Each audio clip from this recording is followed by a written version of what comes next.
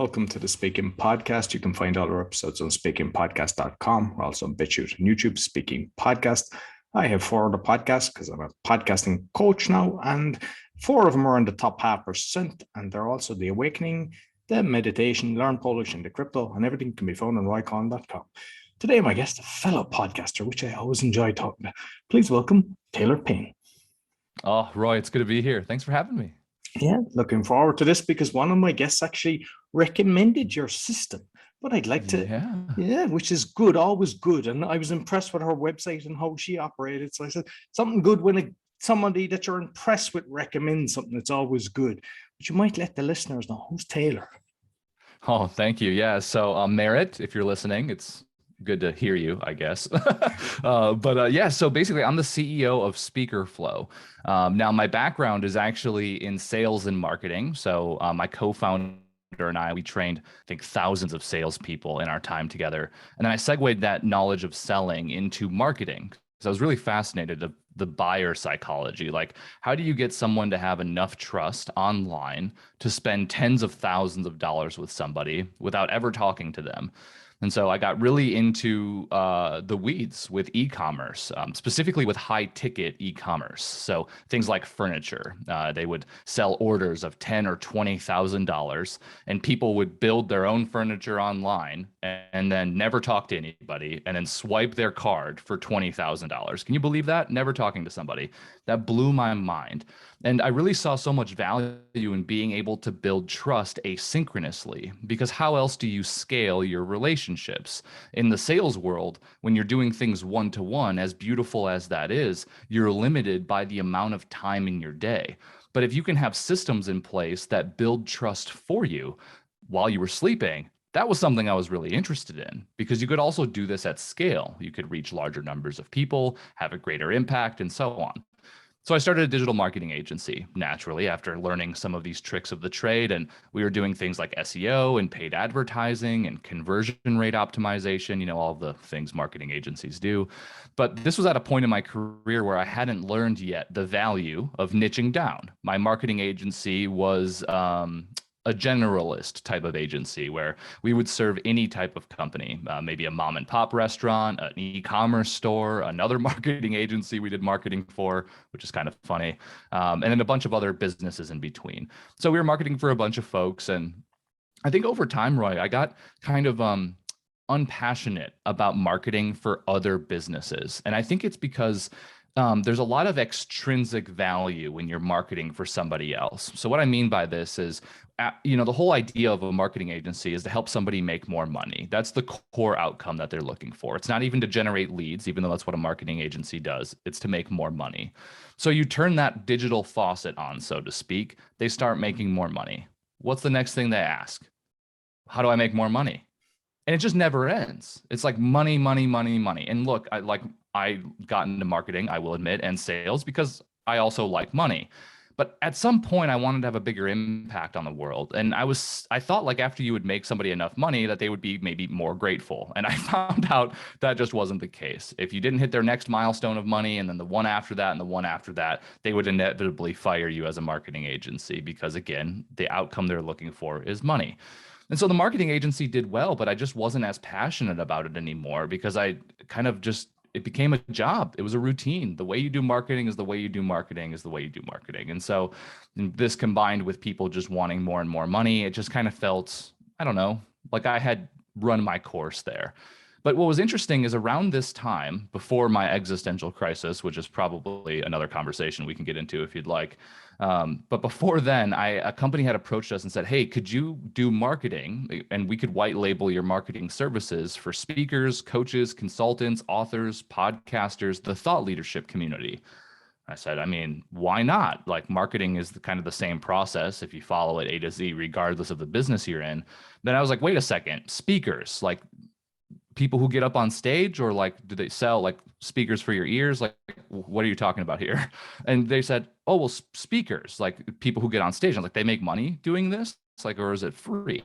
No, like, oh yeah, they make lots of money, like 10 to 20 grand per keynote. And I was like, holy cow, the people I go to events and see on stage are making that kind of money to be there. They said, yeah. And I was like, oh, I thought it was always free because it was another marketing initiative. Like when I ran my agency, I would go up on stage and speak for free to generate more business. I would never get paid for it. So I was like, well, what's this world? And so this is kind of like the cream of a crop for a marketing agency, though. Like if you have a client that has a high ticket offer, 10 to 20 grand, this is ideal for a marketing agency because your fees are somewhere between $1,000 and $5,000 a month. And if you were to get that person one or two sales at $10,000 or $20,000, that pays for the cost of the marketing agency and they'll keep you around for a long time. So I said, yeah, sure. Why not? Let's do marketing for these guys and see what happens. Like what could go wrong? And that was the first thing that went wrong was that statement. And what I learned very quickly when working with speakers, coaches, consultants is the vast majority of these individuals are individuals. They're solopreneurs. They're like you and I, Roy, maybe small teams at best, maybe 5 people. That's usually the top, maybe 5% of speakers and coaches and consultants out there will have a core team with them. And so most are just solopreneurs. And so we started marketing for these people. And what we learned is that these really complex marketing initiatives didn't work. And I was like, what is going on here? And the main reason is because as a marketing agency, your job ends when a lead is generated. It's up to the business to let you know how well that lead did. Did they convert? Did they respond? How many leads have we generated versus how many has converted? Like it's up to the business to take that lead and nurture them until they make the sale. My job isn't to sell for you. My job is to generate a lead that you get to sell to. So even though they're looking for the outcome of money, our job ends when the lead is generated. And so for most of our clients, we would turn on this digital faucet. They would have a bunch of leads coming in. And for most of our clients, they would have sales teams and systems and people to be able to sell to these leads so that they'd keep us around. With speakers, coaches, consultants, and so on, most, and even to this day, the majority of those people don't even have a CRM in place, a customer relationship management tool. They didn't have email marketing in place. And if they did, they weren't actively nurturing their people. They didn't have processes in place to nurture leads or close business. And in fact, what's hilarious about speakers to me is they call their delivery a gig as if they're a garage band. Like most aren't even treating it like an actual business. But I found such passion in working with this group of people. Here's a group of people, speakers, coaches, consultants, podcasters, thought leaders who want to change the world and make an impact on people. Like Roy, your 5 podcast shows that you do, you're having an impact on the world. That's a beautiful thing. And if we could have a greater impact with those people, making their business just a little bit more productive by systemizing it and teaching them the core processes they need to run a business, like think the MBA of the thought leadership industry. If we could elevate those people's businesses, then in some way we were contributing to bettering the world. And so this is where I found an immense amount of passion is helping this group of people develop the business systems and processes they need to see success. And then that's why we created SpeakerFlow, which we can get into the weeds around what we actually do, but that's kind of the core outcome of the story. No, love it. And, just kind of going back on your marketing journey, because, I've had a lot of different businesses, and what I see is, I don't know if you experienced that when a company takes you on to do the marketing, like, they're delighted they're getting the results, but then later they kind of forget what you've done for them, and then they're squeezing the penny and they're trying to get competitors to come in, and they just kick you out without even kind of realizing that it was your systems that got them to where they are. That's exactly right. Yeah. I mean, it's really easy to lose sight of the work somebody's already done with you because, like at the end of the day, we're all human. And for whatever reasons, we might be feeling certain pressures, certain stresses. They could be money stresses, delivery stresses. I mean, heck, maybe we have a lot of things going on in our personal lives. And so for the context of those people who forget the value that agency or that company provided, and now they're looking for other solutions, my partner and I, we often refer to this mindset as lizard brain mode. It's basically the back of our brain that's controlling everything, the brainstem. It's the emotional knee-jerk responses rather than the logical thought progression of, well, what has this company actually done for us? And so this is where I saw a lot of my passion dwindle, to your point, Roy, is, people would lose sight of all of the work and the systems. And I think also like they didn't really have a box of understanding how much work really goes into developing a good system, because in what they saw is they hired an agency and then boom, the system was live. So that must have meant it was really easy for them to set up, right? No, they don't know any of the background knowledge of what it took to actually generate those leads, make sure they're qualified, put them into a funnel for then you to be able to sell. They just see leads hitting their system now. And so that disconnect of understanding of what does it really take to have systems in a business, I think kind of caused some people to say, well, maybe I'm just not getting the value out of this that I want. And inevitably, what we'd find is those people would leave, which is totally okay. If we're not providing value in your mind, it's probably not best that we work together anyway. They'd go and source 2, 3, 4 different people to try and solve the same problem we did. And inevitably, they would come back around and say, I just wasted 30 grand elsewhere and I should have stayed with you guys. And then those people turn into our best clients because they never left again because they learned their lesson. But sometimes they've got to learn some lessons. You should have a penalty clause built in for when they do that, so they pay extra. Right. Yeah, no, it's no longer that cheap. Like, yeah, it's the inconvenience fee. Exactly. And like what I've noticed as well, and it happened just with different things that I've been doing, and I've read about it as well, organic versus paid. Like if you're building up your Facebook and different things, the minute you start paying from, and they've been cut out on this, both Facebook and Google, that they kind of reduce your organic growth. Have you experienced that yourself? Yeah, that will happen. And in fact, the best way I found to do marketing, especially in the thought leadership world, because think about thought leaders, right? The whole freaking point is to produce content. That's what a thought leader does. They're a filter for all of the nonsense out there to distill complex information down into some core concepts that are easy to understand so you can solve problems for your audience. So a thought leader, speakers, coaches, consultants, paid advertising is a magic wand in a silver bullet a lot of the time. And what I much rather would see in somebody's marketing as a thought leader is somebody who's producing a lot of content, who's showing up on other people's podcasts, who's showing up in front of other people's audiences, who maybe run their own show, who's producing blog content that is ranking inside of Google, which is probably a whole other conversation we could have. But it's that organic traffic that builds the most sustainable business vehicle rather than paid advertising. And the biggest reason for this is organic. If you're ranking for, like, for example, we rank for literally every speaker keyword known to man. Go type in how to start a speaking business, we're there. Type in speaker CRM, we're there. The benefit to this, if you do the same thing rather than focusing on paid, is at any moment, the paid algorithm can change in an instant, and they can choose which ad sets and which ones they want to turn off or on or show less of. You have no insight as to why that's happening. With organic, Google, Bing, whatever search engine you use, their main goal is to answer the question of the user that typed into the search bar. That's their only goal. They're serving the person who's searching. They're not serving the people who are ranking.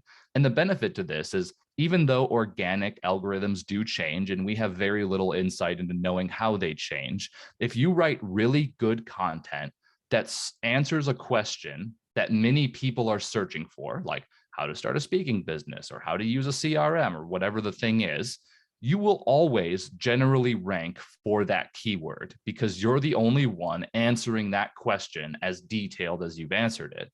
And so the benefit to this is if you start ranking organically, well, that's free traffic that's coming into your website. You're established immediately as a thought leader because you solved a problem that they were searching for. Trust gets immediately built.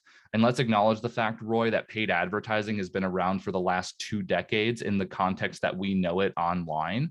And people are becoming accustomed to not clicking on ads, to scrolling immediately past them when they see sponsored. And it's because unless it really catches their eye, they don't want to be positioned. Like, I even know people who won't click on an ad because people now have knowledge knowing that they're going to start getting tracked and get a billion other ads for that thing the second they click on it. So paid advertising has created this behavior in a lot of consumers where they won't even bother with the paid ads and instead trust organic even more. And so that's a long preamble to say even though we can do paid advertising, organic is how you build the most trust and authority for your thought leadership business. And the other thing as well is, like, when you're hitting the paid ad, the assumption is that you're probably paying more instead of getting an organic one, because the guys sometimes they're paying X amount per click, and they build that into their system just to be on the top. Yeah. That's exactly right. Yeah, that can happen.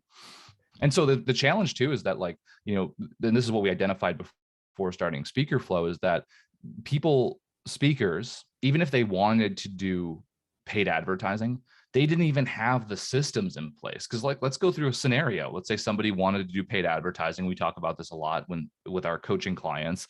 Well, think about the complexity of paid ads. Not only do you have to set up the campaign, you have to have a landing page or several landing pages to test. Those landing pages have forms. Those forms, when they get submitted, need to go to a CRM. They need to go to email marketing. They need to be dripped automation sequences so you don't have to follow up manually. If they engage with those sequences, open or click, you have to be notified in your CRM to then be able to do some outreach for them. Roy, do you think the average speaker who hasn't ever built their own business aside from their speaking business before has the acumen to build all of that out themselves? No Absolutely way. not. No. And then so they hit a plateau. Like, a good speaker, coach, consultant can make low six figures, really only on referral with very little systems. But there comes a point where you have to do your client delivery. You want to sell more. You want to do more marketing. You want to have a bigger impact. You don't want to be stuck in the delivery and the minutia of running the business. And this is where business systems become crucial. It's at this juncture, maybe high five figures, low six figures, where you want to take it to the next level, like $250,000, $500 million and beyond. Those are the businesses that have systems in place that take the guesswork out of running the business. So you don't have to constantly reinvent your wheel anymore. And so my point to this whole kind of ramble is that, like, paid advertising isn't even worth considering unless you've built up a good way for you to sell your own offerings yourself by doing your own sales process or partnering up with other people to get in front of folks. You need to experience some friction in your business to say, I really need to scale my efforts up before these really robust sales and marketing initiatives take place. You know what I mean? Absolutely. And what happens sometimes is people, instead of using a system like that, they build the team with people that they're assuming are connecting properly. And that's right. You could be providing them with the best leads in the world. I mean, I've seen it so many times that, like, the way that they write, they're not even engaging with it. It's a cut and paste.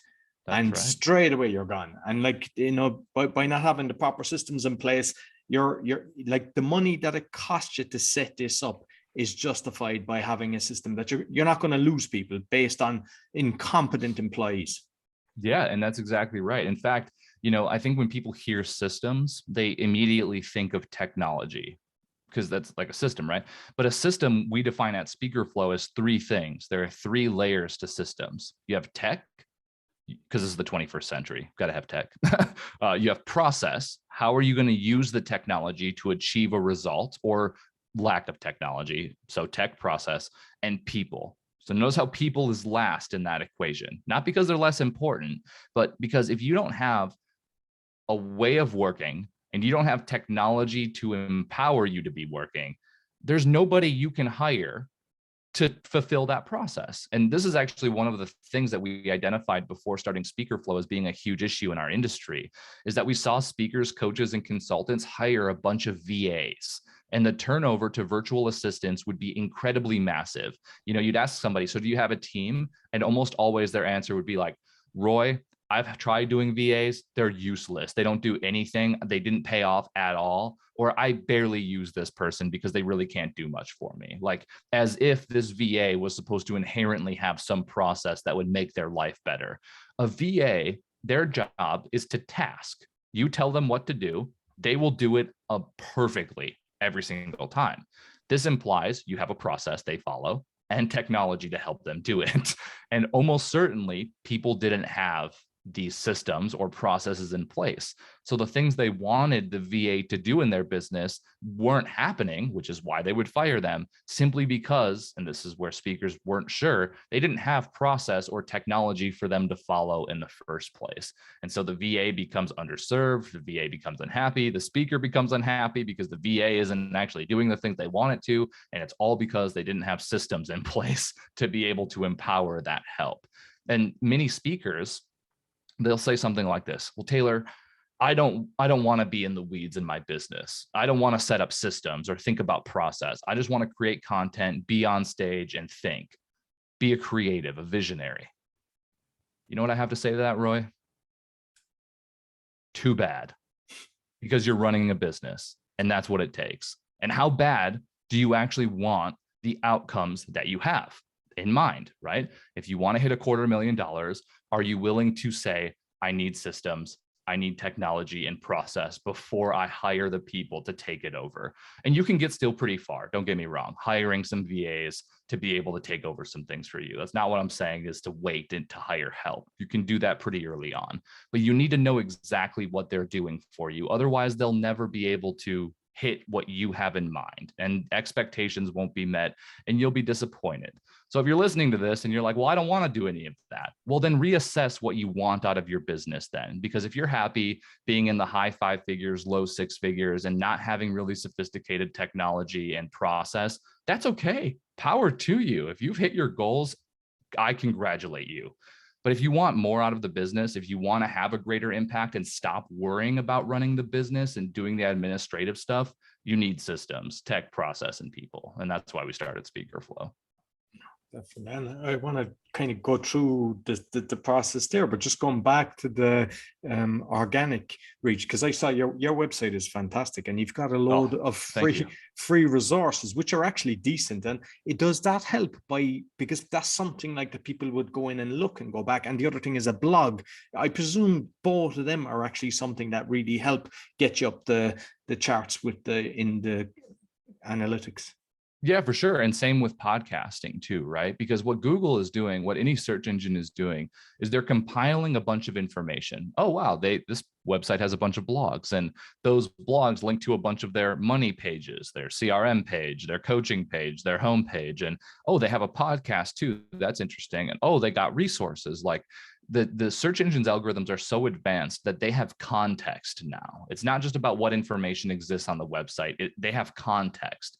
And what they're able to do is they're able to say, wow, they've got a blog, they've got a podcast, they've got resources that people can download. Holy cow, those resources are free. And these are the only people answering those questions that our users have. We're going to position them in front of those people first. And so all of those things combined help with ranking, basically.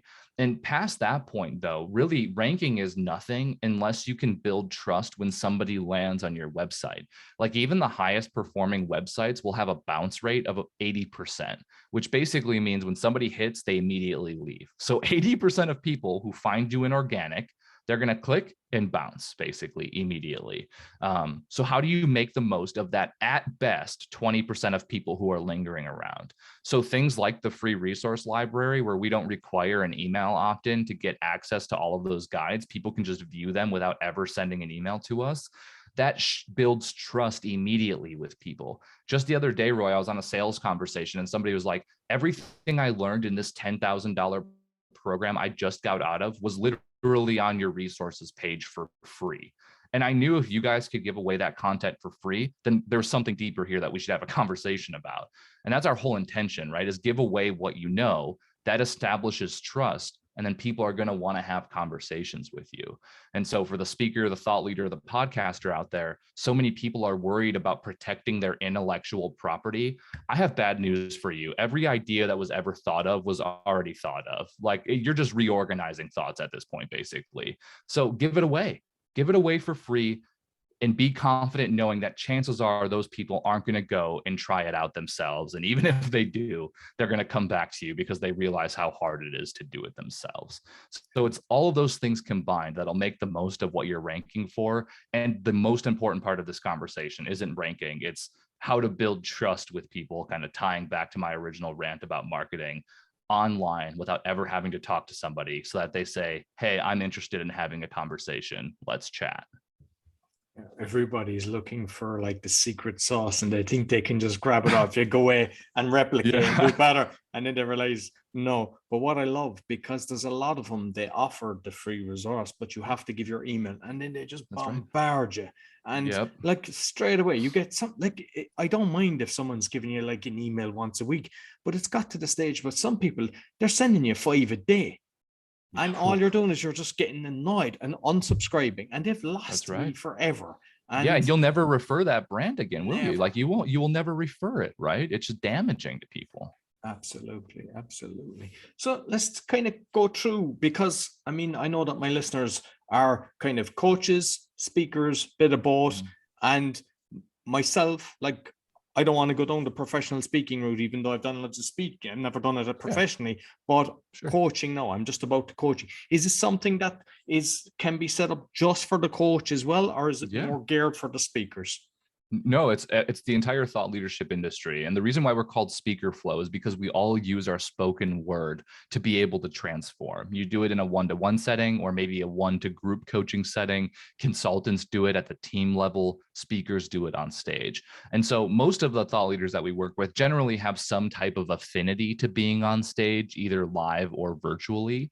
But they often are, even like for people like yourself, Roy, you still will like go on podcasts. That's an event. You might do a webinar. That's an event. Is it the same thing as getting up on stage and actually getting paid 10 grand? No, we're not doing it professionally, but you're using it as a marketing vehicle. That's why we believe speaking is so awesome, is because you can use it as a marketing vehicle. And for those that are interested, also get paid for it. But because thought leaders have many different revenue streams, we've identified 7 core revenue streams. Our system and our coaching support the entire thought leadership industry. So for example, if someone's really heavy on coaching, then we'll customize the system just slightly to be maybe more indicative of what that person wants to keep track of. But our base system has all of the ability to keep track of every revenue stream. And then what we do is, rather than saying, all right, Roy, here's a great system, let us know how it goes, we actually work with you to customize it that extra mile so that it keeps track of everything that you want to keep track of, because we acknowledge it's a template and we've only gotten so close. So at SpeakerFlow, we work with our clients in 2 ways. We basically set up them with an operating system. It's a custom CRM at the center of 65 different business applications, all for $45 per month per user. That's US pricing for international folks, which is mind-blowing, given that you'd pay hundreds of dollars per month for all of those different apps elsewhere. And then we do coaching for those who not only want the system, like the technology, to be able to help them, but who want the core processes installed in their business that we were talking about. So we can either just set up the tech and have you run with it, or we coach people through setting up the tech and then establishing those core processes, things like lead nurturing and email nurturing and sales funnels and all of the different systems that we need to run a business. That's what our coaching program is for. So that was a long-winded way to answer your question, but hopefully that covers the gamut. No, absolutely. And like, I totally get your system, because at the end of the day, for what you're offering, $45 is actually very small money for the systems that you're offering. Because I know for a fact there's loads of different things over the years that I've done. Some things are like $99 just for one system alone. Like there's so many different things.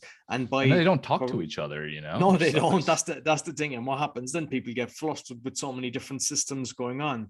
And if they're relying on a team member who might leave or might be incompetent, then you might have the right things, but they don't actually give you the results that you should be getting for the amount of money that you're spending.